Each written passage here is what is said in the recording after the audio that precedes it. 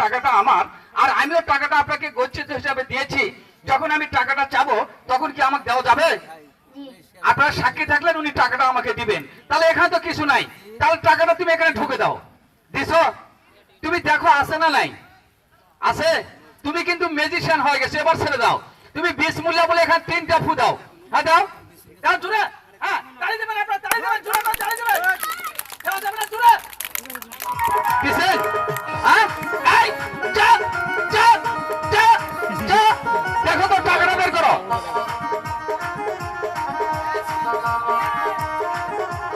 তালি হবে, তালি হবে। টাকা কই? নাই মানে? তুমি তো নিজে বললে আমি টাকা বের করে দেবো। টাকা উঠাও।